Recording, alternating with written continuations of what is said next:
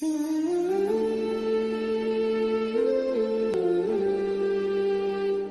اللہ الرحمن الرحیم امن یجیب المضطر اذا دعاه ویکشف السوء ویجعلکم خلفاء الارض۔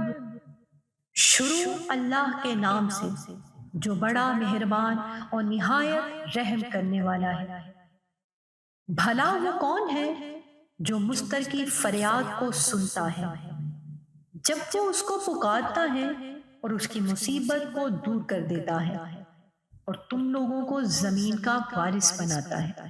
کیونکہ خدا کے ہاں ایسے مقامات و منازل ہیں جو مانگے بغیر نہیں مل سکتے، ورنہ خدا برے لوگوں کو اچھے لوگوں پر مسلط کر دے گا اور آپ کی کوئی دعا قبول نہیں ہوگی۔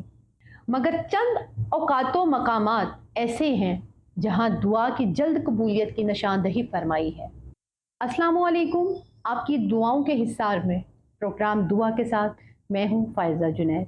ہر شخص دعا کی ضرورت کو شدت سے محسوس کرتا ہے۔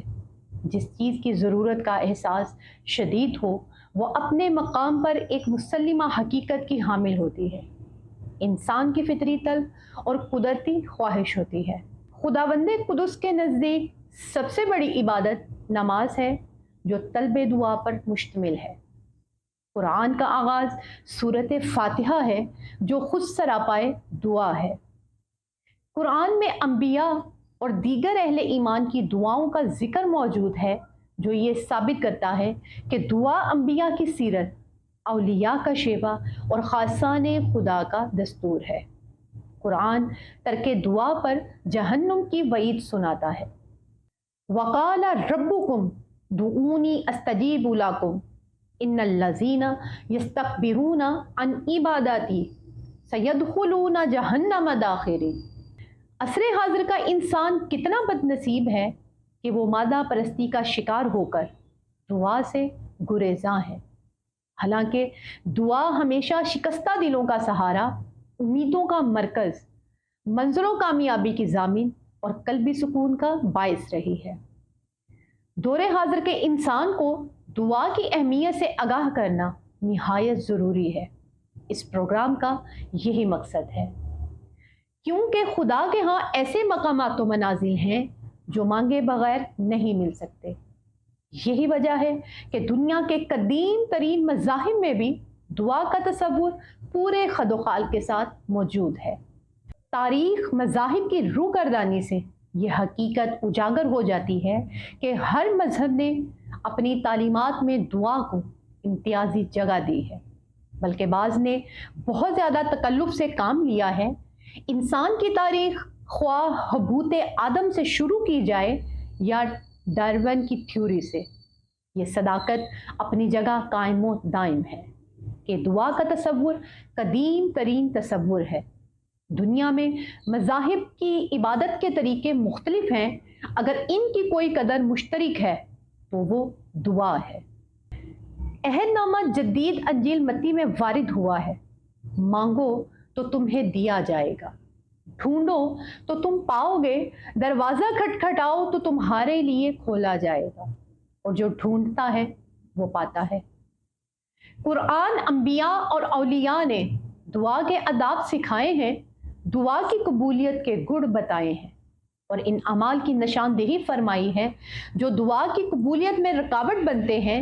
ان افضال کی جدید سائنس بھی تائید کرتی ہے۔ فرمان معصوم ہے، جب تم میں سے کوئی اپنے رب سے دنیا و آخرت کی کوئی حاجت طلب کرے اور پہلے خدا کی حمد و ثنا کرے، پیغمبر اور ان کی آل پر درود بھیجے، پھر گناہوں کا اعتراف کرے اور اس کے بعد سوال کرے۔ روایات میں آیا ہے کہ جو چاہتا ہے کہ اس کی دعا قبول ہو تو لازم ہے اس کی غذا اور کسب پاکیزہ ہو۔ ایک روایت میں آیا ہے کہ امر بالمعروف اور نہی عن المنکر ज़रूर करो, वरना खुदा बुरे लोगों को अच्छे लोगों पर मुसल्लत कर देगा और आपकी कोई दुआ कबूल नहीं होगी। खुदा और रसूल से किए अहदो पैमा वफा करना भी दुआ की कबूलियत की शराइत में से है। जो इंसान अपने खुदा से किए अहद की पासदारी नहीं करता, खुदा ताला भी उसकी दुआएं मुस्तजाब नहीं करता। एक शख्स ने हज़रत अली अलैहिस्सलाम से दुआ कबूल ना होने की शिकायत की कि खुदा फरमाता है तुम दुआ करो मैं कबूल करूँगा, हम दुआ करते हैं कबूल नहीं होती। हज़रत अली अलैहिस्सलाम ने फरमाया, तुमने खुदा को पहचान कर उसका हक अदा नहीं किया।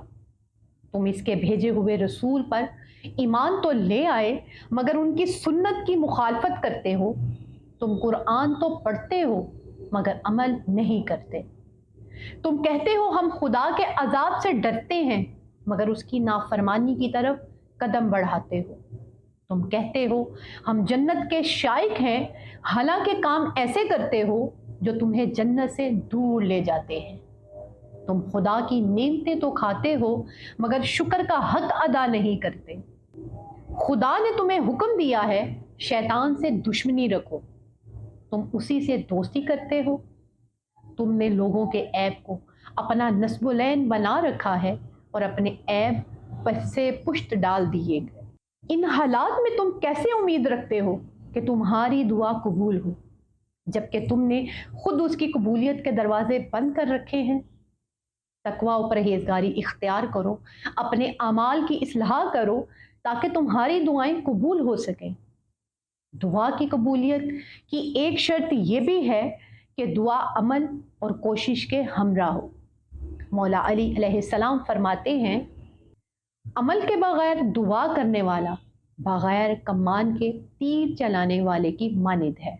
दुआ इंसान को कामकाज और फ़राइज़ अदा करने से नहीं रोकती, बल्कि फ़र्ज़ की अदायगी, मेहनत व मुशक्क़त और सब्र व जहाद के अमल को जारी रखने का दर्स देती है। जो दुआ को ज़िम्मेदारियों से फ़रार का वसीला समझता है, वो दुआ की रूह से नाआशना है। गैर मुस्तहिक को देना मुस्तहिक की हक तलफी है।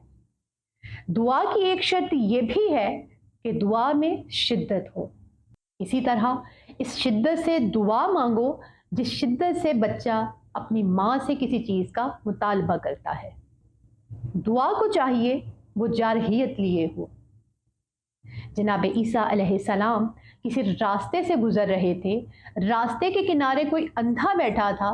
जो ही उसे मालूम हुआ कि हज़रत ईसा अलैहिस्सलाम उसके करीब से गुजर रहे हैं, उसने बड़ी शिद्दत से उनका दामन पकड़ा और जबरन सख्ती के साथ अपनी बेनाई मांगी और उनका दामन नहीं छोड़ा, यहाँ तक कि हज़रत ईसा अलैहिस्सलाम अपना इजाज़ दिखाने पे मजबूर हो गए और फरमाया, तेरे ईमान ने तुझे शिफा दी।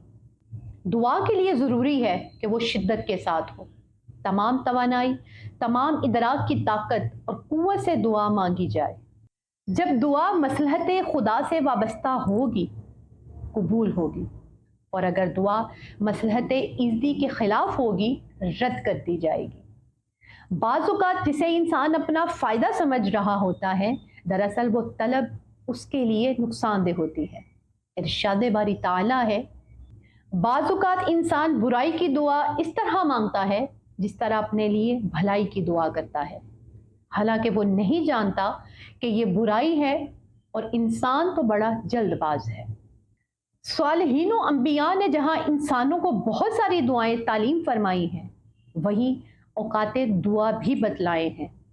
वैसे तो दुआ हर वक्त मांगी जा सकती है, मगर चंद औकातों मकामात ऐसे हैं जहाँ दुआ की जल्द कबूलियत की निशानदही फरमाई है, जैसे सहर से लेकर तुलुए आफ्ताब तक, ज़वाले आफ्ताब के वक्त, ज़ोहर और मगरिब की नमाज के बाद, शबे कदर में, जुम्मा के दिन जब सूरज आधा डूब चुका हो, अजान और अकामत के दरमियान, तहज्जुद के बाद, बारिश बरसने के दौरान, आधी रात को, रोज़े अरफा ईद उल फितर और ईद उल अजहा के दिन।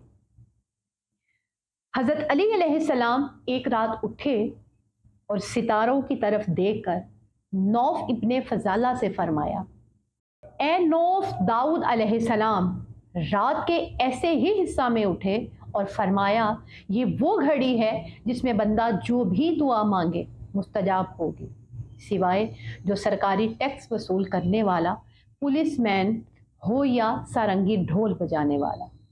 औकातो साद की तरह अय्याम को भी दुआ की कबूलियत में दखल है। इसी तरह बाज़ मकामात पर दुआ जल्द कबूल होती है। मस्जिदुल हराम, मकाम अराफात, मस्जिद नबी, मक्कातुल मुकर्रमा, मस्जिद कूफा, मज़ारात आइमा, खसूसन रोज़ा इमाम हुसैन पर दुआ कबूल होती है। दुआ कायनात के अजीम और पुरइसरार रूहानी मरकज़ की तरफ इंसान के रूह की परवाज़ है। एक तिश्ना रूह के लिए दुआ अब्दियत की तरफ मेराज है। इसी मरकज़ की सिमत बुलंद होना है जो हर शय से मावरा है। डॉक्टर अली शरीयती कहते हैं, हर शख्स इंसानियत के दर्जा में उतना ही बुलंद है जितनी उसकी तमन्नाएं कामिल तर, अजीम तर और कमाल से करीब तर हैं।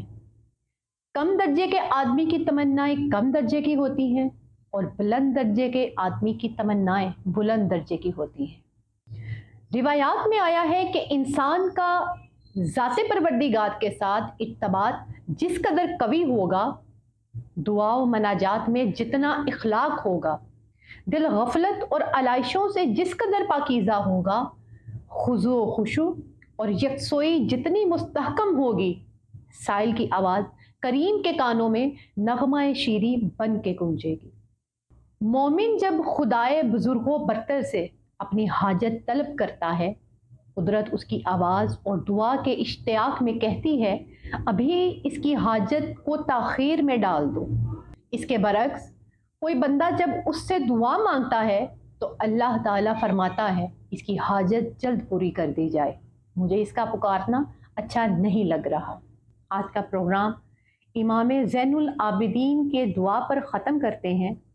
ए मेरे माबूद मोहम्मद सल्लल्लाहु अलैहि वसल्लम की मंज़िलत बुलंद फरमा और अली अलैहिस्सलाम के मर्तबा रोशनो दरख्शां के वास्ता से तुझसे तकर्रुब का ख्वास्तगार हूँ और इन दोनों के वसीला से मेरी तरफ मुतवज्जा हूँ, ताकि मुझे उन चीज़ों की बुराई से पनाह दे जिनसे पनाह मांगी जाती है।